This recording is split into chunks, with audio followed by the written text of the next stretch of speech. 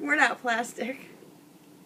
Today we're going to be doing a board game review, a couple of board game reviews. We stopped off at a new store. It's not new, but it's new to me actually. Game New to Preserve us. in Bloomington, Indiana, downtown, where I live. Across from And the she courthouse. And it's got tons of board games in it, card games, role-playing games. A lot of old games you can't find anywhere else either. Yeah. Mm-hmm. So we thought we'd start off by picking something that was a common game that everyone would be able to relate to. So we got Monopoly, but we didn't get a regular Monopoly. This is the electronic banking Monopoly. Look at the shiny box. Yeah. Whoop. Everyone knows the premise of Monopoly. You know, you've got your money, you've got your board, you've got all your properties. So it's the same game basically, but it makes it a lot easier because you get to use the electronic banker and you get to use debit cards or credit cards. Basically how it works is it keeps track of all your money. There's no paper money in the game. There's an example of it right here. So what did you think of this game? Did you like it? I did. I like it better than traditional Monopoly, but I think that's because it's so much easier, which can probably be a downfall for kids that are learning to add and subtract. It doesn't really open their mind to that. It's a little too easy. Other than that, the easy gameplay makes it a lot easier to pick up and play, obviously. And for people who don't usually look at board games as a learning device, it's fine. But anyway, here's the cards. And how you play them is you turn it on, and to start the game, you put them both in there. It zeroes it out. It gives you a certain amount, and you basically just start. You roll the dice. The rest of the game plays the way it plays. And then every time that you're having to pay for something, when you pay for a property, you put the card on that side. Yeah. And then every time you need to deduct money, That's you when put you the card spend on the money. minus side. Yes. Mm-hmm. And your amounts come up there. And they have different icons like a hat. Other than that, it's pretty basic. Just like the game. Their normal game. I enjoyed it. The next one I wanted to try was the skyscraper one, which is just like the Monopoly game, but instead of having your regular houses, this one has regular houses like you're used to. It's just like traditional Monopoly, except it's all done electronically through like a bank with a debit card. Electronic bank. The next game that we got is called Curses. Now we actually don't have this game with us. That one's my favorite. We don't have this game with us because we left it at her family's house. We play there all the time when But we have big gatherings. We actually played that one more than we played Monopoly. Monopoly was fun, but I kind of used to it. Curses is new. The thing about Curses is it's definitely a participatory game. You have to have a lot of people in it, and you have to be able to be willing to participate. It's very interactive, yes. You have to do a lot of crazy things, and you can't be shy. It's a good game for parties, family get-togethers, holidays, things like that, whereas Monopoly is better for 2 or 3 people because it takes longer. Curses is really fast and quick and fun. What did you think of it? I didn't like it as much. I don't like games that you have to participate in. In general, though, what did you think? It seemed like a fun party game. It's a group game. Out of the two, I probably like Monopoly better. And out of Monopoly, I like playing with less people, even though it's probably meant for more people. But Curses is probably something that you only want to play if you don't mind acting out a lot of goofy stuff. It's probably better to do with families than with strangers because you feel more comfortable around your family than you would doing new things with strangers you don't even know. And it's a game you need a decent-sized group of people for. Otherwise, it's kind of pointless. Do you want to explain how to play that one?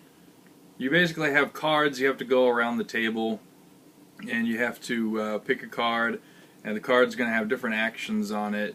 You either have to follow that action, or you end up giving it to the person who's next to you. And the actions basically The action is a curse. Yeah, it's a curse, or you get cursed by someone else, and you have to do something like talk like a pirate, or you have to ask a question with everything that you say, or every time someone else says their name, you have call it a lunch meet or something like that. clap your hands. And you start piling up all of these curses cards until you're doing all of these actions every time you go around. And if anyone catches you not doing it when you're supposed to, then there's a bell in the center. You get buzzed and you get dinged on the bell. Yeah, you hit if someone breaks the curse and you catch it, you ring the bell. Once the bell has been rung, then you turn your curse card over, and once you have 3 flipped over, you're out. It's really simple, but it's fun. It's crazy. And that one's probably good for, what ages would you say? That one's probably Pretty good young. for any ages. Yeah. The thing I noticed is that if you're trying to get it's not a game that you're supposed to play really quick, because we probably played for an hour and no one actually lost, because everyone was doing the stuff. So the entertainment out of the game was more just seeing people do goofy things, not actually trying to win something. It's not a very competitive game. Yeah, and it can kind of get confusing after a while.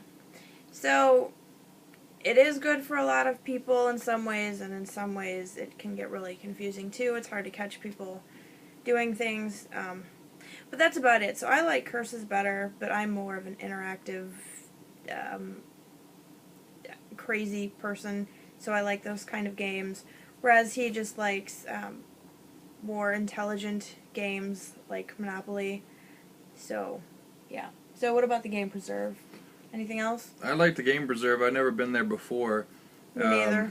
There's some places that you see stands in the mall that are kind of like mini ones, but this one's been around for a little while. I always drive by and see it. The stands in like the malls and stuff are more traditional games like Monopoly, Connect 4, categories, things like that. This place has all kinds of games. Puzzles, mystery games, your traditional games like Monopoly and things like that, and then also role-playing games. Like, what were some of them?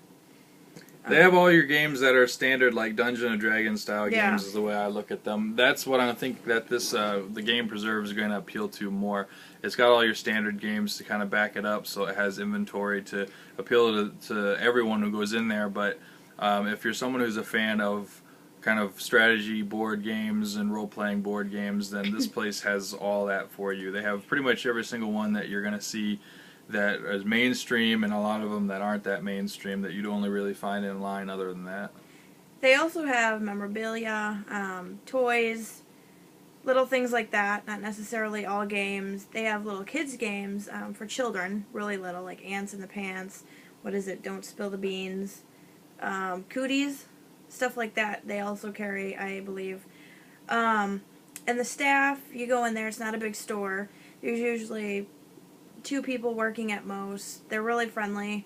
At least they were when we went in there, and helpful, and can point you directly, you know, where you're looking, and what is it, if something's out of stock, they can order it, right?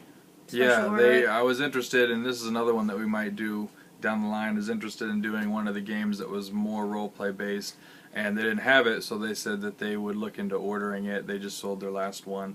So anything that you want, they pretty much can order. They cater to the people who are really into that. They also, I noticed they have a back room that it seems like they do tournament play there, and they do different kind of exhibition play. I'm sure that they have a lot of card games, like Magic card games kind of play. So we're probably going to go back there and look into some more things. This is just the first wave of reviews for them. But overall, I thought it was an interesting store. We're going to have to check it out. We're going to put the actual physical address down and the information below, and then they have a website too that we're going to link down there, so you can check them out and see all the stuff that they have, as well as event times and stuff. And if there's any special games you want to request for review, put that in the comments too, and we can try to get that game. Other than that, I think that's it. Catch you on the next one.